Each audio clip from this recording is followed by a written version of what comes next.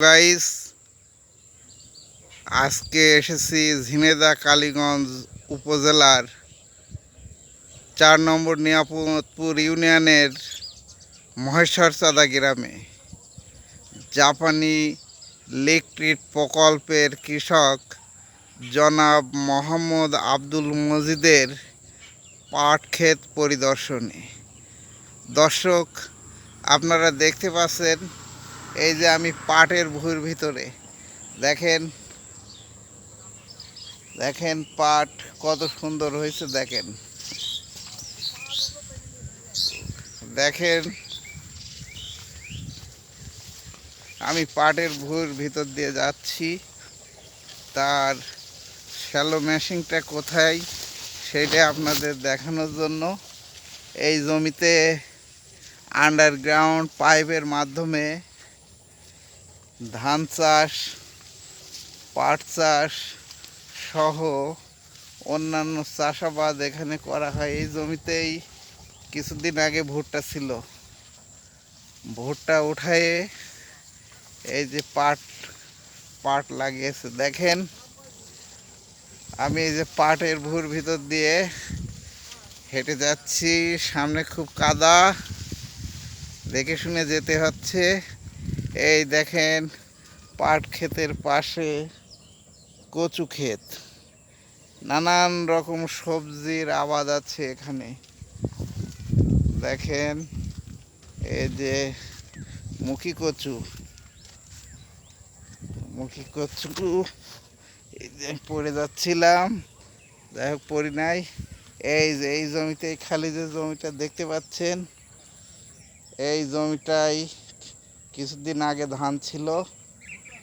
এই জায়গায় কিছুদিনের মধ্যেই 51 ধান লাগানো হবে।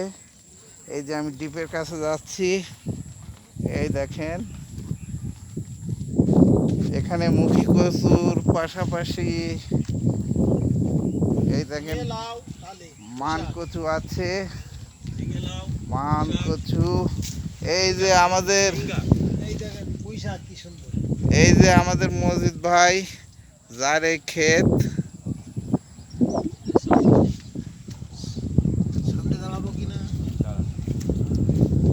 এই যে আমার পাশে এই যে জনাব মোহাম্মদ আব্দুল মজিদ, ওনারই এই ক্ষেত।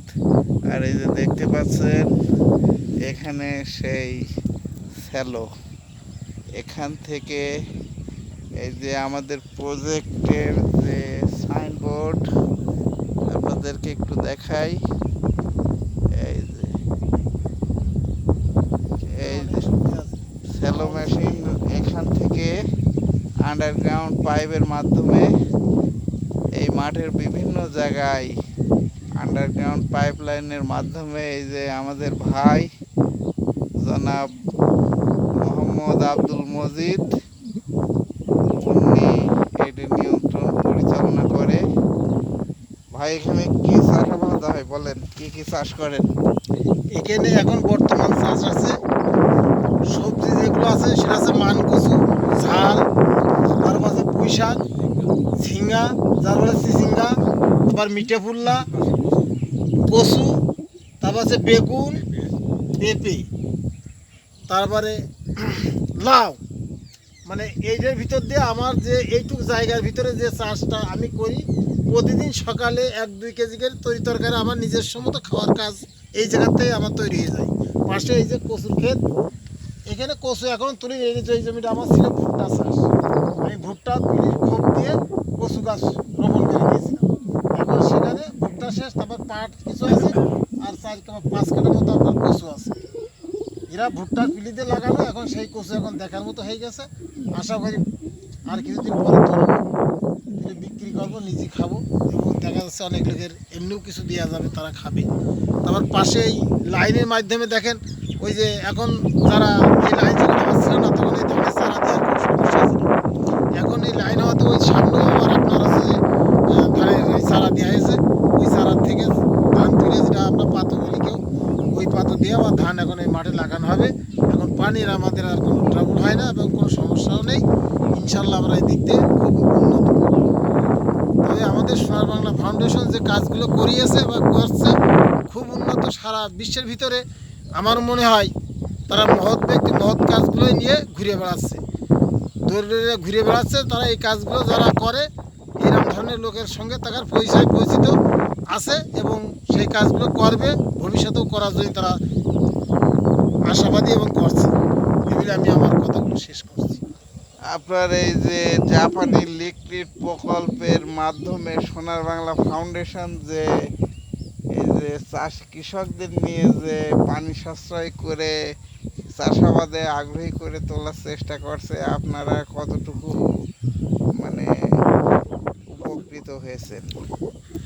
উপকৃত বলতে এই যে আন্ডারগ্রাউন্ড লাইনের ভিতর দিয়ে যে মাটির নিচে ড্রেন করে যে পানি আমরা সাশ্রয় পেয়েছি বা চাষ করে যে আনন্দ পাইছি, যখন মাটির উপর দিয়ে আমরা ড্রেন করতাম নালা, দেখা যাচ্ছে যে জমিতে পানি প্রয়োজন না সব জমিতে দেখা যাচ্ছে পানি বেশি হয়ে গেছে, অথবা যে জমিতে পানি প্রয়োজন সেখানে যাই জাতি আমার পানি ফুরিয়ে যাচ্ছে। আর এখন আমার ইচ্ছা ওদিন পানি ছেড়ে দিচ্ছে, মানে মেশিন স্টার্ট করছে, এখন তো শ্যালোয় বিদ্যুৎ নিতে পারিনি, তবে বিদ্যুৎ নেব কিছুদিনের ভিতরে। আমার সোনার বাংলার আমার সাহায্য করছে। এখন এই শ্যালো স্টার্ট করার সাথে সাথে আপনার ধরেন ওই যে দেখা যাচ্ছে ওই জায়গায় আপনার পানি স্টার্ট করার সাথে সাথে আপনার জমিতে পানি, যখন যা ইচ্ছা তখন আমি সেইভাবে সেই কাজগুলো করতে পারছি। পানি অপচয় হচ্ছে না এবং পানির কোনো সমস্যা হচ্ছে না। এই যে ধানের চারা দিয়েছি তাও সমস্যা হচ্ছে না, ইচ্ছাও দিন আমরা যেটা খুশি সেটা করতে পারছি। এবার সামনে যে পানি হচ্ছে দেখা যাচ্ছে ধীরে ধীরে পানি হচ্ছে, এখনও মাঠে আমাদের বাঁধেনি, দেখা যাচ্ছে পানি বেঁধে গেছে। আমরা চিন্তা চেতনা নিয়েছি বা আমার এই ব্লকটার ভিতরে যে যদি পানি নাই হয় তা আমার এখানে যারা চাষ করে এদের পানির কোনো ট্রাবল হবে না, সুন্দরভাবে আমরা মাঠে চাষ করব এবং এই মেশিনতে পাইন দিয়ে যার যার জমি পাকি আমরা ধান রোপণ করবো। এটা হচ্ছে 51 জাতের ধান, সবচেয়ে এই মাঠে বেশি হবে। এই বিলে আমার কথা শেষ করছি। দর্শক দেখতে পাচ্ছেন এই যে আমার সহকর্মী মনিরুজ্জামান মনির ভাই, এই যে আমরা দুজন আসছি এই যে এই মাঠটা পরিদর্শন করার জন্য। এই যে দেখতে পাচ্ছেন এই যে এই মাঠে আমাদের এই মাঠটা হচ্ছে এই আন্ডারগ্রাউন্ড পাইপের আওতায়।